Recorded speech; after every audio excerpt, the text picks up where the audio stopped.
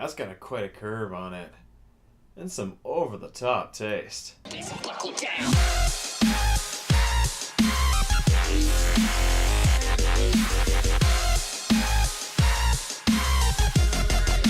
Hey guys, it's me, Jeremy. I haven't done a video review in a while. I've just been really busy with schoolwork and work and the Comic-Con event. But while I was at Comic-Con, I actually had a thought of a movie that I haven't seen in a while that I really enjoyed. But I know a lot of people didn't.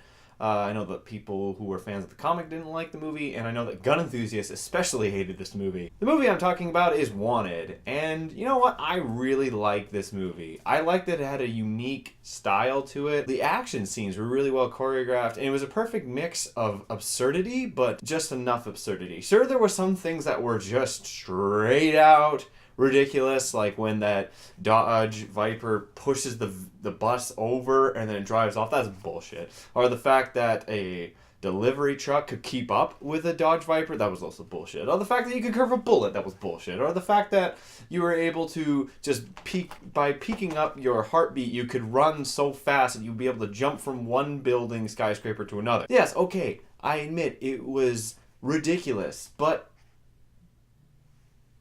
I didn't care. The fact that the film was able to maintain its overall universe was fine with me. I actually really liked it. Now, a lot of people are like, well, it wasn't like the comic. But I know it wasn't like the... Okay, this is a bad example. This is the one they released right when the movie came out. But, you know, this is the actual comic. This is the actual Mark Millar stuff. I like the comic too. I like the idea of superheroes ruling the world. I think that's really cool, but I would say about 1/4 of this book is backstory on how the criminals came to be, right? Like the first criminals were the naked guys.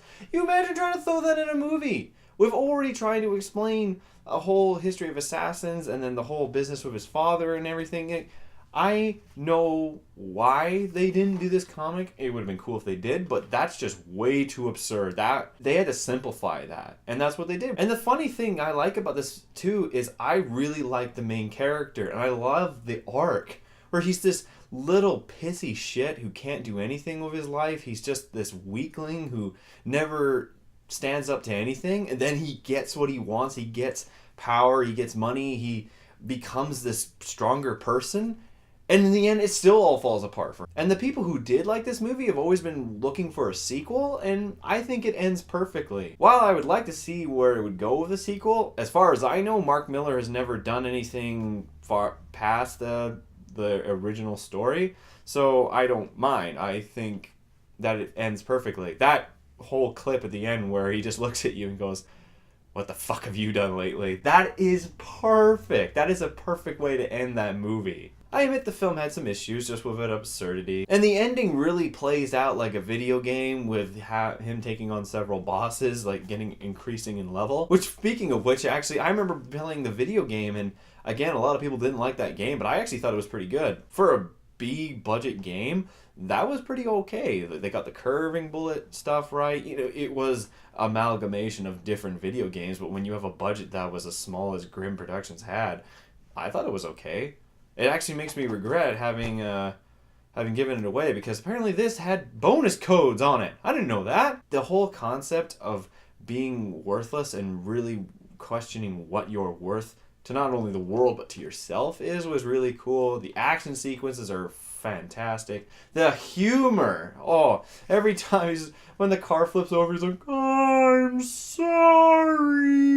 That was so good. Hell, it even got Morgan Freeman to say "motherfucker." How many movies can you say Morgan Freeman has said that in? So anyway, my final review for this film is a 6 out of 7. I really enjoyed it. I feel there are a few flaws with the film. I feel that the soundtrack, visuals, the story, the character development, and the action scenes are all really well done for this type of movie. I enjoy watching it every time. Sure, there are some issues with it, and some of the stuff is a little bit pushing it, but I think that the director, Timur blah blah blah, Russian name I can't pronounce, did a decent job with bringing over what he has done with his work into this film and making an Americanized version of it for North American audiences. Mind you, I've tried to watch his actual Russian movies, and Night Watch was too freaking weird. That made no sense whatsoever. I couldn't stand that movie. Anyway, guys, I hope you've enjoyed this review. I know it's not a new one, but I really wanted to talk about it. But I will be coming back soon. Anyway, guys, I hope you've enjoyed this review. See you guys later.